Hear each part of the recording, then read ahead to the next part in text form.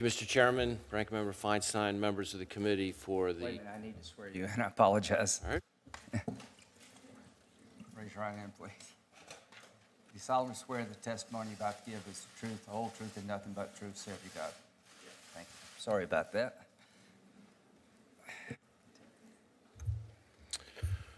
So thank you, Mr. Chairman, Ranking Member Feinstein, members of the committee for the chance to appear before you today. I had originally intended to start with a few comments from my statement for the record, which talks about some of the extraordinary work being done by the men and women of the FBI and some of the threats we face. But I want to do something a little different and talk about an issue that's particularly near and dear to me and that I think, frankly, doesn't get the attention it deserves.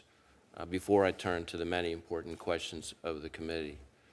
As you say, Senator Feinstein, I've been in the job just under 2 years, and one of the toughest things about this job is the loss of a law enforcement officer. And certainly at the FBI, we've experienced our share of loss, but the success of the FBI also depends greatly on the support of our dedicated state and local law enforcement partners who patrol our neighborhoods, protect our streets all across America. And I see that much more clearly now after having visited all 56 of the FBI's field offices and having spoken directly with local law enforcement heads from every one of your states.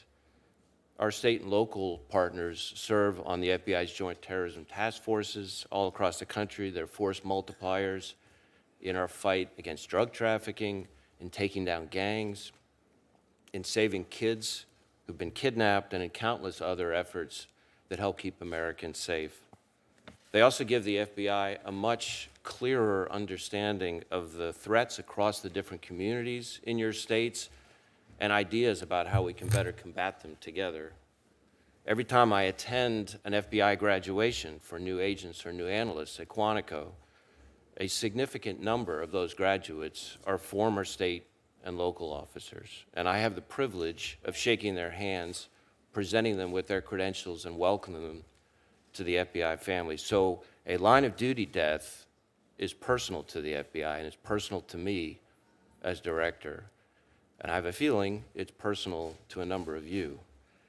Since I became director, shortly thereafter, I asked my team to let me know every time an officer is shot and killed in the line of duty in this country. And every time it happens, I ask for a picture of the officer, and I read about his or her family and about how long they served. And then I pick up the phone, and I call the chief or the sheriff or the commissioner, and on behalf of the entire FBI, extend my support and our condolences. And I will tell you, I've made an awful lot of those calls to heartbroken police departments, way too many. Just last month, for example, I was overseas meeting with foreign counterparts, and I found myself making 5 of those calls in 9 days back to the United States. That's 5 lost protectors of communities, 5 grieving families and colleagues, all in a matter of days.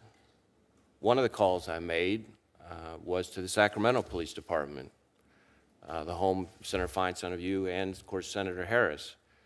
Just a few weeks ago, on June 19th, Officer Tara O'Sullivan was killed while responding to a domestic disturbance. She was 26 years old, and she'd only been on the job for about 6 months. Another call I made, literally only about a day later, was to the home state of Senator Cornyn and Senator Cruz.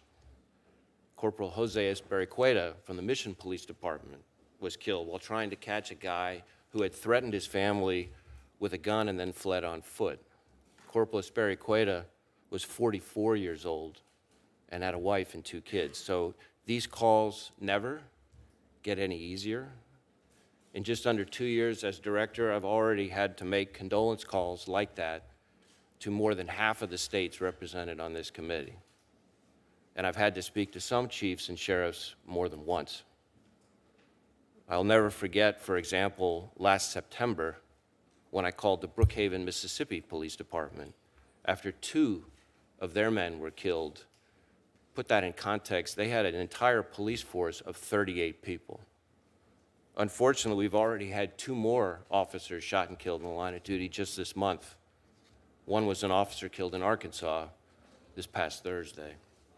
So I've mentioned only a few specific tragic incidents, but I cannot stress enough that this is a problem that affects cities and towns, big and small, all over the country. It can happen anywhere, it can happen anytime, and the level of violence against law enforcement in this country doesn't get a whole lot of national coverage, and I worry often that Americans don't realize the extent of the problem. That's maybe understandable because they don't see what I see in my job, the devastating loss in each one of these instances to the loved ones left behind, and the loss to the FBI and to our communities of partners who, as I say, are so critical to our mission. Finally, I want folks to remember that the dangers of this work go beyond just encounters with potentially deadly criminals. Think of the line of duty deaths and illnesses that we're seeing now from our 9/11 first responders. I know that as director, I've spoken to not one, not two, but three of our own agents who died as a result of their work in response to those attacks. And there are countless other kinds of examples. So I know our country faces a daunting list of challenges, and I'm confident we're going to be discussing any number of them together at this hearing. But I do want to make sure folks around this country are not forgetting the good work of the people who are putting everything on the line. It takes an incredibly special person to be willing to put his or her life on the line for a complete stranger. And to get up every morning, day after day after day to do that, I think is extraordinary. So I think we owe it to them and to their fallen comrades to do whatever we can to make their work safer. We need to promote understanding and respect for their roles, and all of us as Americans owe them a profound debt of gratitude. So I appreciate the committee extending me the privilege and the honor as FBI director to honor their sacrifice in this job. So I'd be happy to answer the committee's questions. Well, thank you, Director.